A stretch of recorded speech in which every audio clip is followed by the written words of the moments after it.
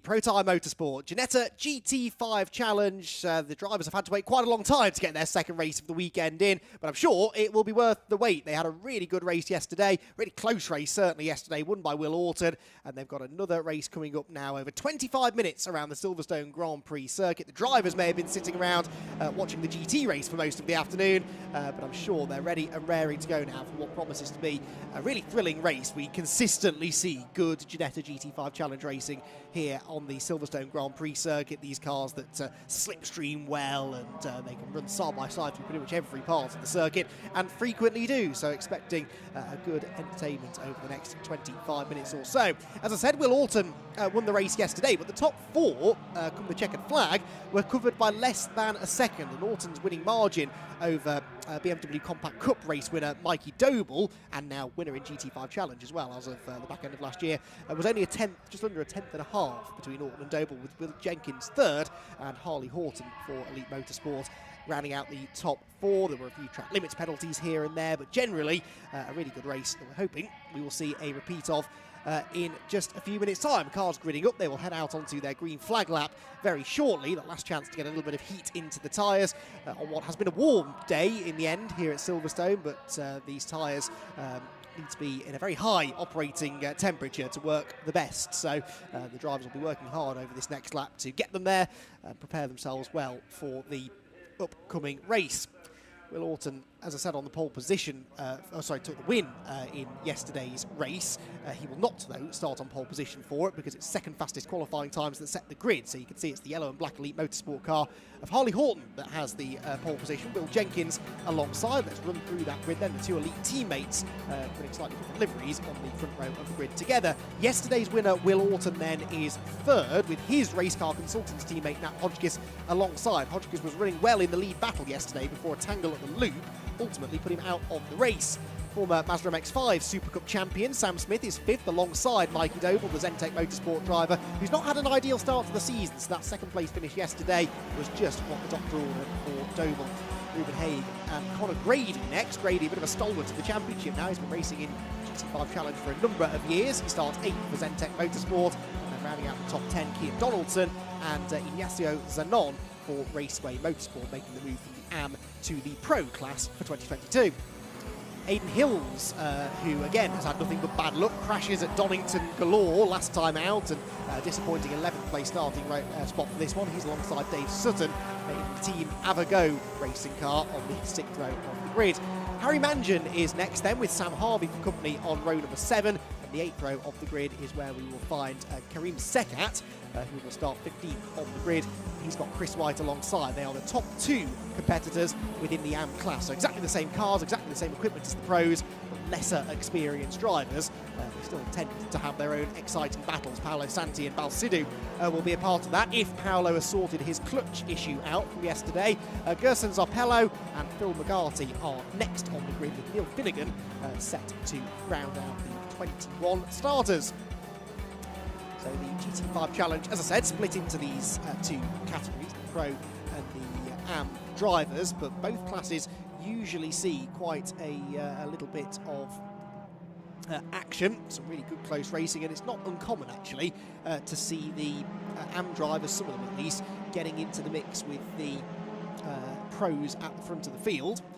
Certainly seen that in some of the recent races at Donington Park when they were on the British Touring Car Package, a championship that splits its time, as many seem to do these days, between the British GT and the British Touring Car Package. It's been a very busy few weeks for them. They had their season opener at Alton Park on Easter weekend, with much of their racing on the Easter Monday, and then they were at Donington Park that very same week to start preparations for their second round on the BTCC package. We gave them a week off last week, but now they're back again here at Silverstone for the next round of the championship. From here, they will be at Thruxton with the touring cars on the 28th and 29th of May, Croft with the touring cars on the 25th and 26th of June, before rejoining the GT package for their final two events at Brands Hatch in September and Donington Park on the Grand Prix layout in October. So a really high-profile championship this actually these days, and always a very exciting championship to watch, as we said, using these Ginetta G40s, which are the same type of car you'll see racing in the Ginetta Junior Championship, although these unrestricted cars running on slick tyres. They are as fast as these G40s will go. And then from there, I guess you start looking at moving further on up the Ginetta racing ladder into a GT4 Super Cup car, or even into GT racing proper. So lots of drivers out there with aspirations of moving on up the racing ladder. Let's see, though, for the time being, who's going to come out on top in this 25-minute race. The second race of the weekend for the Protyre Motorsport Ginetta GT5 Challenge. Red lights go on. Who will get into Copse Corner first? Well, it's time to find out, because the lights go out. To the right is Horton. To the left, the white and blue striped car is Will Jenkins. Horton wanted to come over and cover. Ultimately, isn't able to do it, though, because Jenkins is right alongside him through the first corner at Copse. Side-by-side as well behind, between Nat Hodgkiss on the inside and Will Orton on the outside line. So it's 2 by 2 as they make their way towards Maggots and Beckett's. Contact further back. Paolo Santi, I think, was involved in that, and may well have just been fired off the road to the right. There was definitely a coming together amongst the tail end of the Pro or the front of the Am field. We'll see exactly what that all means in a moment or two, but as the leaders head out of Chapel Corner onto the Hanger Straight for the first time, it is going to be Will Jenkins that leads the way. Horton second, Hodgkiss there in third place, with Orton down to fourth, and Mikey Doble there in fifth position. Amazingly, I don't actually think we lost anyone there. I think they're all still going. Looking further back, I can see a couple of the cars that were involved in contact still straggling at the back of the field. Through Stowe Corner we go then for the first time of asking. Down through the Vale and into the club sequence of corners. And this battle for second place between Horton, the yellow and black car, and Nat Hodgkiss, the blue and white car on the outside, is really allowing the leader to get away. Hodgkiss around the outside through the first part of club, gets the inside then for the two right-hand parts of it that head out onto the Lewis Hamilton straight. And this is, as you can see, just allowing the race leader Will Jenkins to make a bit of a break. If you can break that toe in Ginetta GT5 Challenge Racing, then that will carry you an awfully long way towards winning the race, because it's hard then for the rest of the pack to close back in on you. Hodgkiss goes second then. Horton immediately turns to defence again to try and keep Will Orton and Mikey Doble at bay. Doble to the outside of everyone should clear Will Orton there. He's got the inside line for the loop. Connor Grady is the yellow car behind, followed by the orange machine of Sam Smith. So Hodgkiss then goes second, Horton third. Doble still sort of debating this fourth place with Will Orton. And now Connor Grady getting the run on the pair of them will surely make it three abreast down the back straight. Yes, he does. Towards the braking zone at Brooklands then. That's Grady on the right. To the left, Orton, and sandwiched in between them is the blue car of Mikey Doble. Into the braking zone, and Grady gets 2 for 1. Brilliant driving that from Connor. You can tell that he's raced in this championship for a while. Oh, Ignacio Zanon is off and presumably out of the race with that amount of front-end damage. That's a real shame for the Italian racer. Right, it's the black stuff you're supposed to be on, guys. Lots of them going grass tracking and indeed bouncing through the gravel, in fact, at the Exeter Field corner. No real damage done, although it will have showered the spectators with stones and dust down at that part of the circuit for sure. And Will Jenkins loving seeing this in his mirrors, because he's 1.8 seconds to the good already. Hodgkiss second, Horton third, Grady fifth. Hodgkiss second, Horton third, Grady fourth. Then we can have a look back at the start then. It was a good initial getaway, I think, for Harley Horton. But then Jenkins just in the second phase of the start drew back level, got his nose ahead and had the inside for Copse. Now keep an eye to the back of the field. Let's see if we can piece together what happened. We did get everyone apart from Zanon through at the end of the opening lap. There's the squeeze. How on earth did they save that? The white and black car is Paolo Santi coming across into, I think, Phil McGarty in the number 81, but there'd already been a squeeze to the left of that sort of triggered it. Very, very lucky not to be sent spinning any of those cars on that high-speed run towards Maggots and Beckett's. So Jenkins leads them. This is the fight for second place. Double-waved yellows for Ignacio Zanon's car. Stuck down at the club complex. There's Ruben Haig, number 6, just ahead of the number 14 of Dave Sutton. Looking back further down the order, there are your AM leaders. So Chris White, a regular front runner in the AM category, the black car leading the way, but right behind him is Kareem Sekat in the number 10. So that is nose to tail for the lead of the AM class. And Kareem, well within slipstreaming range, should be able to stay with Chris White for the foreseeable. Right, down towards Village we go. And it's almost as exciting as it was a lap ago. Not quite side by side for the time being, although Connor Grady wants to get to the inside of Harley Horton for third place. No way through, though, through the loop. The gap, as I said at the start of the lap, between leader Jenkins and second Hotchkiss was 1.8 seconds. I'd say that's maybe more than doubled on this lap as they continue to trip over each other behind. The slipstream again starts to take hold down the Wellington straight. Hotchkiss knows he's vulnerable because of that, so moves to the inside to cover. To the outside goes Harley Horton, who we saw on multiple occasions last year is not afraid of going for a slightly risky move. Didn't always pay off, but he was exciting to watch, the elite motorsport driver. Thought better of that one though, and perhaps that's what's coming with age and experience. The more years that he has under his belt, Harley realising that you don't have to go for every move that is offered to you. As you can see that even by thinking about getting alongside there, he's lost momentum out of Luffield and Woodcote and now comes under threat from Conor Grady behind. In fact, Grady goes through on the inside line to put Grady into third, Horton down to fourth, and Will Autumn, yesterday's winner, struggling at the moment to work his way through the field. He is there in fifth, Sam Smith sixth, and Mikey Doble only seventh for the driver who finished second yesterday. So the top two from yesterday, Autumn and Doble, fifth and seventh respectively for now.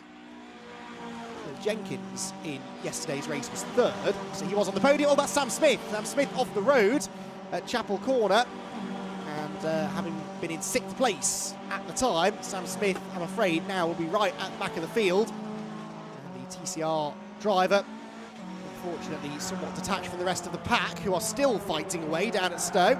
As again, Conor Grady is on the attack. He's been moving through the field nicely here, Conor Grady. Started 8th, he's up to 3rd already, with still 19 minutes left on the clock. On the attack to try and get past Hotchkiss, on the defence to try and keep Harley Horton and Will Autumn at bay, which he does. But Conor Grady up into 3rd spot then, ahead of Harley Horton since the start of the lap.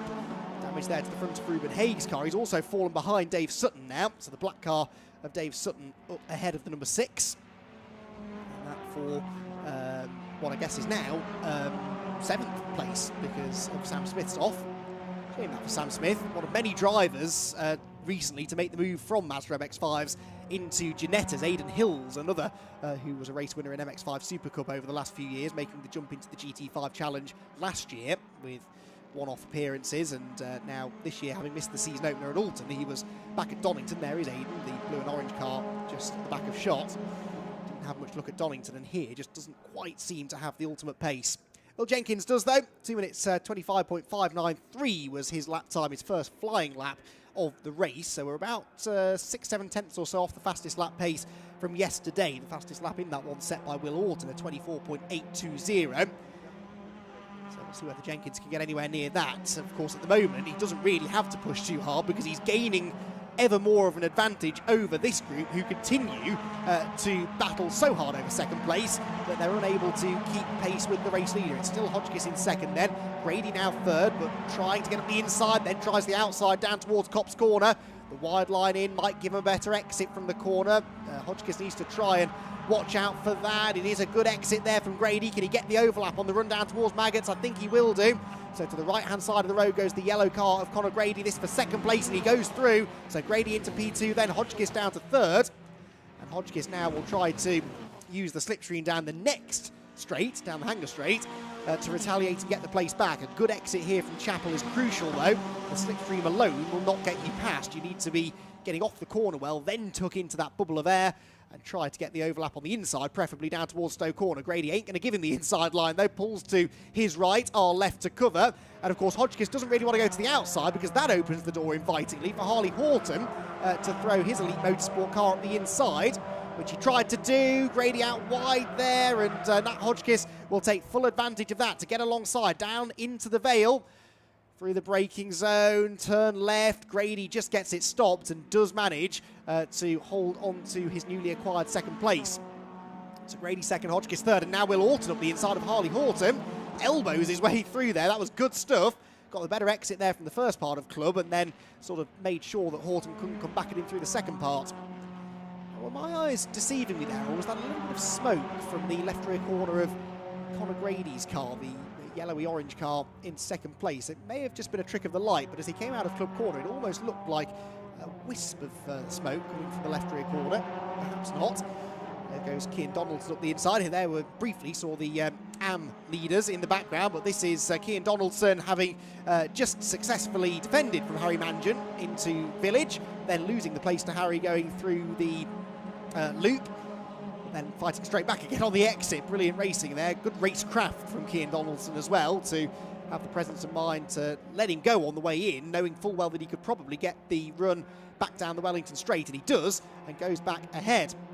In AM, Chris White still leading the way then. The CDW Motorsport car, run by Raceway Motorsport, who also run Paolo Santi and Ignacio Zanon out of the race, and Santi possibly with damage down in 19th place after his contact at the start of the race. But Chris White flying the flag for Raceway within the AM class. But he's not having things all his own way, is he? Because Karim Sekat is right on his tail. Has been, though, since the start of the race, and I haven't seen any point at which he's really moved up to challenge Chris White.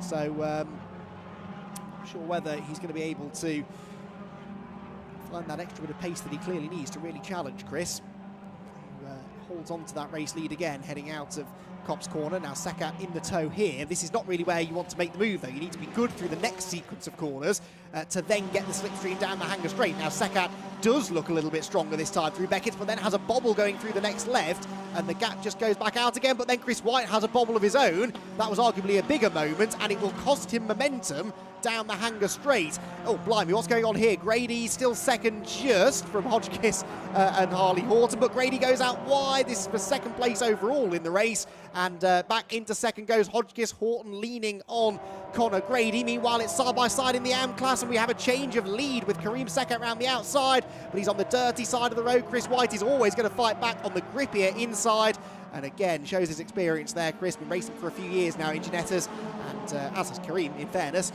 Chris White able to get the place back. Right, let's try and sort this all out, shall we then? Hodgkiss into second, and in danger of breaking away here, actually. Horton, Grady, Doble, Orton and Ruben Haig are the cars, 5 cars, getting themselves together for third place. Aidan Hill's off the road.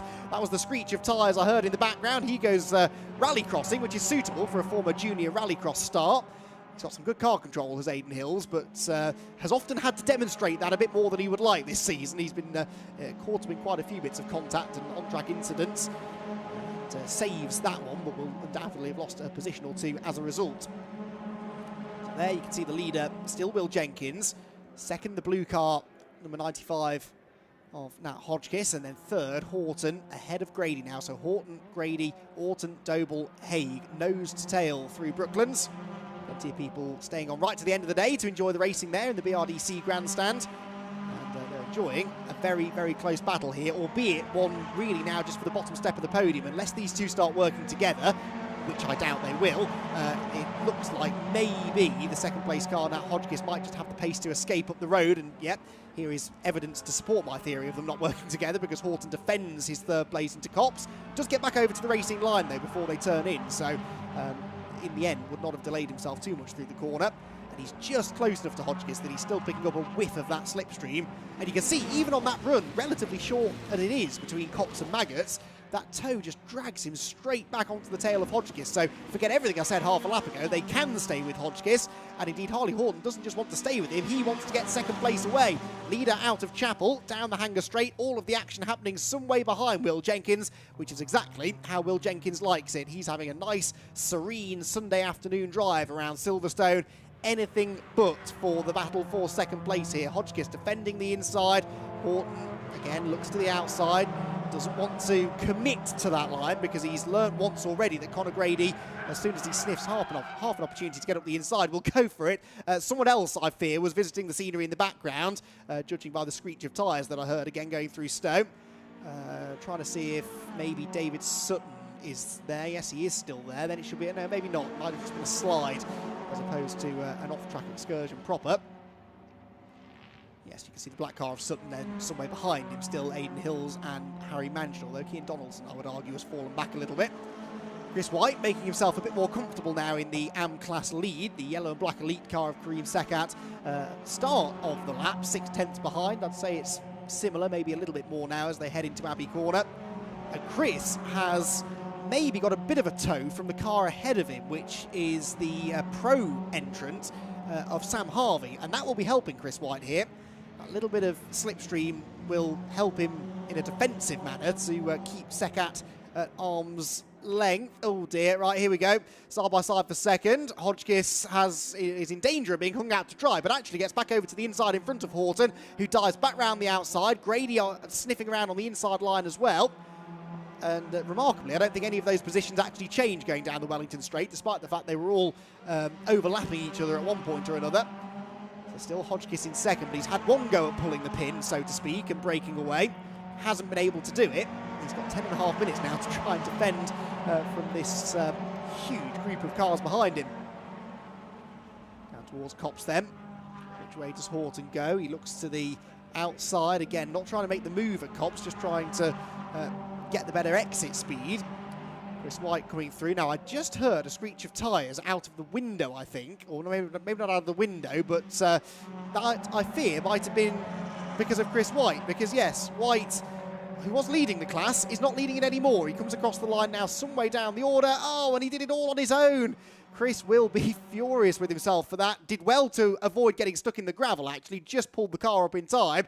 But pushing on a bit too hard, maybe to try and get away from Sekat, maybe to try and get properly onto the tail of Sam Harvey. Either way, lost the rear going into Luffield corner, and that hands the AM lead on a plate to Karim Sekat, whose Elite Motorsport teammate, Harley Horton, is now into second place, look, ahead of Nat Hodgkiss. So Horton goes second, Hodgkiss third, and then a change behind as well, because Will Orton is past Conor Grady, and now pulls alongside the blue car of Hodgkiss down towards the club sequence of corners they go. He's on the outside for the left, which is the inside for the right. They almost trade a little bit of paint. Hodgkiss is sideways on the outside line, and Will Orton is there, and Will Orton ain't going to be moved either. They're both going to be slow off the corner, and so Conor Grady gets a bit of a run on the pair of them. Now, surely Conor's not going to try and make it 3 wide into Abbey. No, he doesn't. He pushes Will Orton through on the inside. Real bump drafting there down the Lewis Hamilton straight, and then he picks the pocket of Nat Hodgkiss as well. So put Orton third, Grady fourth, and Hodgkiss could lose more ground now because Doble's up the inside of him. No, couldn't quite get there into the braking zone at Village. All starting to unravel a bit for Nat Hodgkiss, much as it did yesterday. It was this part of the circuit where he was involved in contact with a couple of other cars, which damaged his car to the point he had to pull over and retire. So, at least he's still going. It could be worse, but he was second a lap ago, and now he's off the podium. All the way down to 5th position then for the first of those 2 blue cars, Nat Hodgkiss. Mikey Doble stuck behind him. As he fades, though, Will Orton doing a good job of getting himself a lot further up the order. He's into a podium place now, yesterday's race winner. So Will Orton, again, reasonably experienced Ginetta racer now. Showing that experience in the patience that he showed in this race. Very easy to overdrive, given how close these races can be. There is Karim Sekat coming out of Luffield corner as the leader in the AM class. Now his lead is over the number 22 car, and that is Gerson Zapello, but he is not the next car behind him, because the next car behind him is the recovering Sam Smith. So he's actually got a bit of a window here over his next AM rival. There is Smith, and it's some way back, several more seconds back before you get to Zarpellau second in the class. Balsidou is third, with Chris White fourth. Could still get back onto the class podium, potentially, Chris, if he can catch and pass Balsidou, with whom he's tangled a couple of times this year, inside the final 7 minutes of the race. So through Stowe we come once again, and 5.3 seconds, that lead for Will Jenkins. He really has made this race his own. All of the action has been for second place, and Will Orton now picking his moment to try and get that second place away from Harley Horton. That was a good time to try and do it. Oh, taps the tail of the elite car going through the first part of Club Corner. But I was about to say that was a good time to do it because he had a small margin over Conor Grady. So if the move didn't work, which it didn't, then at least he wasn't under too much threat of losing that third place. All of that comfort, though, well and truly gone now. That one failed attempt to overtake means that Conor Grady has closed right back in again. So Horton, number 20, is second. Number 31, Will Orton, is third. To the outside goes number 11, Conor Grady, in fourth position. And then the 2 blue and white cars. Now Hodgkiss there on the outside with Mikey Doble looking up the inside. Hodgkiss very late on the brakes at the loop. Will surely be shown the edge of the road by Conor Grady, which he is. And then Hodgkiss needs to be careful that he doesn't leave the door wide open for Doble to come through on the run down the Wellington Straight.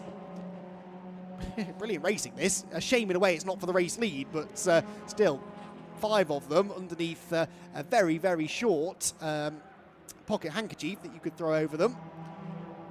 Horton then into that second place, or still in that second place actually. He's held it for a number of laps now. Ollie Horton, who comes into this race 5th in the championship. It's Hodgkiss that still leads the points, by the way, despite the non-finish yesterday. That was his first non-finish, and of the 7 races we've had so far, it was only the second one, sorry, the third, third one that he's failed to win. So Hodgkiss, because he's bagged so many points in the first couple of rounds, I guess could afford a bad result, but it means that his lead now over Conor Grady is just 2 points. So that makes that battle all the more important, doesn't it? Because Grady is 1 place ahead of Hodgkiss now. Grady 4th and Hodgkiss 5th. 2 points separating them in the championship, then a further 11 back to Will Jenkins in 3rd. But Jenkins, of course, on course for 35 points here for the race win. Could potentially take the championship lead depending on where Grady and Hodgkiss end up in this race. Certainly if they fall any further down the order, that would be the case. So there is Jenkins then. Seems early in the year to be talking about championship points, but it's a slightly odd calendar for GT5 Challenge this season. They cram a lot of races into the first few months, and they have quite a well-separated calendar through the second half of the year. So we are almost halfway through the season. So starting to think about points is not a bad idea for those that are in contention for the championship. Black and white warning flag for Cian Donaldson, we assume for track limits. Now Hodgkiss round the outside of a sideways Will Horton. Oh, and then he gets into the back of Harley Horton and spins. Nat Hodgkiss almost had it made. Horton goes off as well. He'd managed to pick up 2 places already in that one braking zone at Hodgkiss, and then just carried a bit too much speed into the right-hand element of club, tapped the back of Harley Horton's car. They both got sideways. Hodgkiss spun. Horton went wide over the runoff area. And through it all, I think that is Will Horton, is it not? Yes, Will Horton, who has got himself into 2nd place. Brilliant, good fortune, let's be honest there for Horton, because he himself was sideways going into through the left-hand part of club. Gathered that together, looked like he'd lost a couple of places, and then the cars that got past him both sort of exited stage left through the very next corner. So Horton goes 2nd, Grady 3rd, and again, just as happened yesterday, Nat Hodgkiss's race unravelling late on. Here it is, look, he goes around the outside of Grady and Horton. Horton getting sideways, tags the back of Horton, does Hodgkiss, round he goes. Poor old Harley Horton, completely innocent in all of that, ends up losing 3 or 4 places.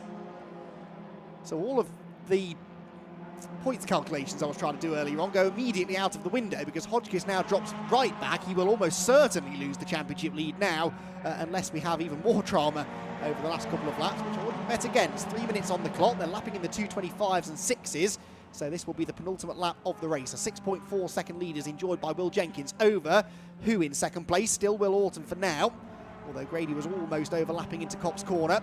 Ruben Haig is into 4th place now. What's Ruben's best result of the season so far? Ruben Haig, I reckon, he scored 26 points in the last race at Donington, which would have been a 3rd place finish. So he's had 1 podium, but that is all.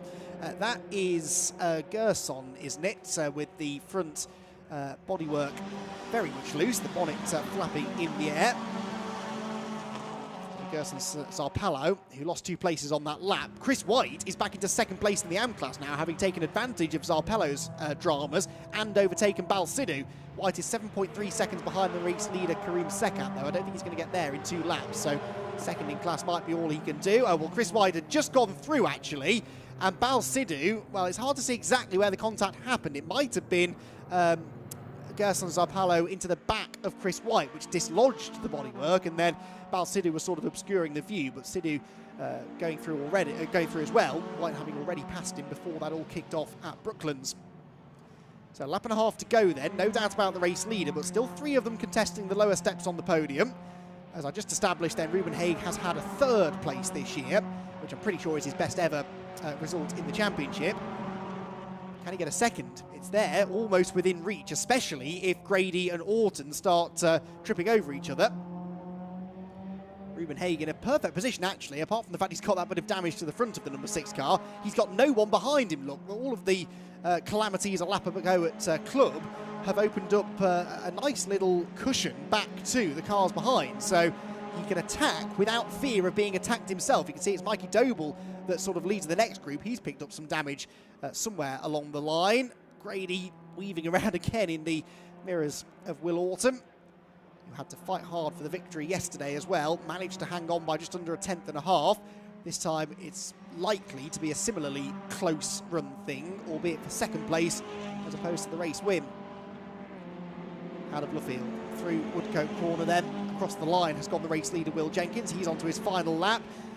When we speak to Will Jenkins after the race, anyone that does speak to him, he'll be very surprised, I would imagine, to hear just how exciting this race was, because it's not been very exciting for him, honestly.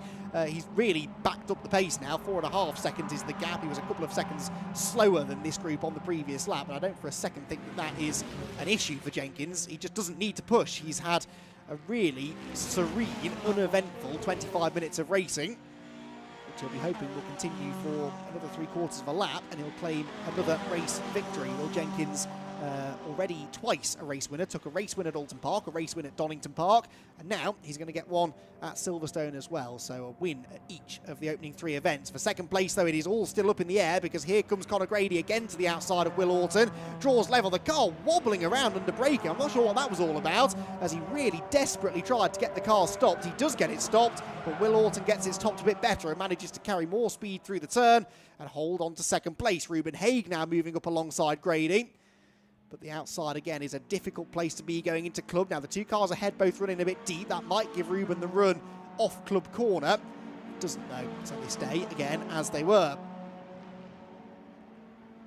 Down the Lewis Hamilton straight. In the background, it's all changed again. Look, Harley Horton's now 6th, with, I think, Harry Mangian and Nat Hodgkiss behind. Something has happened to Mikey Doble. He's lost a couple of positions on this lap.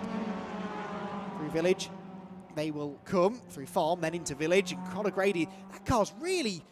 Is it the car pitching around under braking, or is his front bodywork just loose, giving the illusion of side-to-side movement under braking? Whatever it is, the car does not look happy as he applies the middle pedal.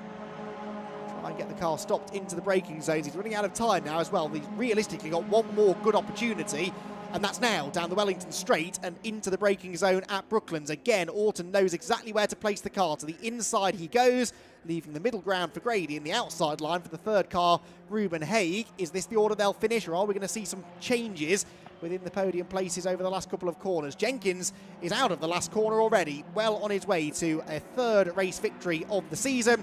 Race number 2 here at Silverstone for the Protyre Motorsport Ginetta GT5 Challenge goes to Will Jenkins. Checkered flag for him. What's going to happen behind? It's very, very close, but it's just about Orton from Grady from Haig. 3 of them covered by just under 0.4 of a second. Then Hodgkiss 5th. Really good recovery drive that from Nat Hodgkiss, because Harley Horton's transponder wasn't working. So Hodgkiss 6th then. Horton now reinstated into 5th ahead of Hodgkiss, Mangian, Donaldson and Hills to round out the top 10. In the AM class, Karim Sekat is going to come home the race winner then. Sekat with his 2nd win of the weekend. The race win in the class yesterday was his 1st of the season, and he doubles up here at Silverstone. A little bit fortuitous maybe after Chris White's self-induced spin at Luffield. Oh, and he's had another one because Chris White's in the gravel from 2nd in the AM class at exactly the same corner as he had the spin earlier on. Now, this one might not have been self-induced. Oh, it's not Balsidou again. It is Balsidou again. That's at least the 3rd time those two have tangled this season. And Chris White beached in the gravel trap. I can see out of the window another car rejoining from the grass earlier on in Luffield Corner. So there was a separate incident at the last turn, and that car doing a bit of a 3-point turn to get going again. But that means that Balsidou gets 2nd in the AM class, and Phil McGarty will take 3rd. Well, that was quite exciting, wasn't it? I said it would be a good race. Always is with GT5 Challenge here at Silverstone. Will Jenkins had a pretty uneventful time of it, but everybody else out there had a real battle, and some coming off a bit worse for wear after it, but it was entertaining to watch. Great racing from Will Orton there, 2nd place, having started further down the grid than he would like. Got shuffled back at the start as well. 2nd with some good championship points for Orton.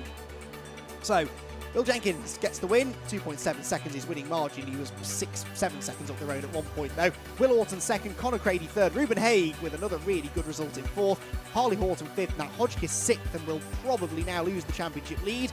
With Mikey Doble 7th, Harry Mangian 8th, Cian Donaldson in 9th, and Aidan Hills rounding out the top 10 ahead of Dave Sutton, Sam Smith, then Sam Harvey and Karim Sekat, who wins in the AM category. Sekat the victor. Balsidou 2nd, despite that last corner tangle with Chris White. Sidhu survived. White ended up beached in the gravel trap, and 3rd in the AM class goes to Phil McGarty. So, a drama-filled second race of the weekend for the Protyre Motorsport Ginetta GT5 Challenge saw Will Jenkins lead through the first corner, despite the best efforts of his Elite Motorsport teammate Harley Horton. Further back in the AM category, there was a little bit of door banging that went on the run down toward Maggins and Beckett's. Amazingly, despite a couple of them ending up on the grass, they all continued on their way. Jenkins then held the lead through Maggins and Beckett's for the first time, with Nat Hodgkiss getting involved in the early action. As the fight for second developed, though, immediately Jenkins was able to break the toe and break clear of the others, who were using a little bit more of the Silverstone circuit than they were perhaps supposed to be. Out of Luffield corner, it was touchy-feely stuff as Conor Grady, Nat Hodgkiss, Harley Horton, Will Orton, Mikey Doble and others contested the podium places. Further back, Ian Donaldson was recovering after a slightly sluggish start. Here he was seen battling with Harry Mangian at the back end of the top 10. Multiple positional changes took place in the fight for second, with Conor Grady having a stint in P2 before running wide and allowing Nat Hodgkiss back ahead. Harley Horton was still very much a part of the fight though, and he inserted himself into third place. The battle continued to rage on. In the AM class, Chris White had raced his way ahead of Karim Sekat, but then had a spin at Luffield and fell down the order. Bit of contact between Orton and Horton at club corner, but worse was to come as Nat Hodgkiss got into the back of Harley Horton. Hodgkiss spun, Horton was spat out wide, and it completely changed the order in the lower podium places. Try as he might at the end of the race, Conor Grady just couldn't quite get himself back ahead of Will Orton into that P2. But it was Will Jenkins that took a comfortable race victory in the pro class, with Will Orton second and Conor Grady third. The AM victory went to Karim Sekat after another eventful race.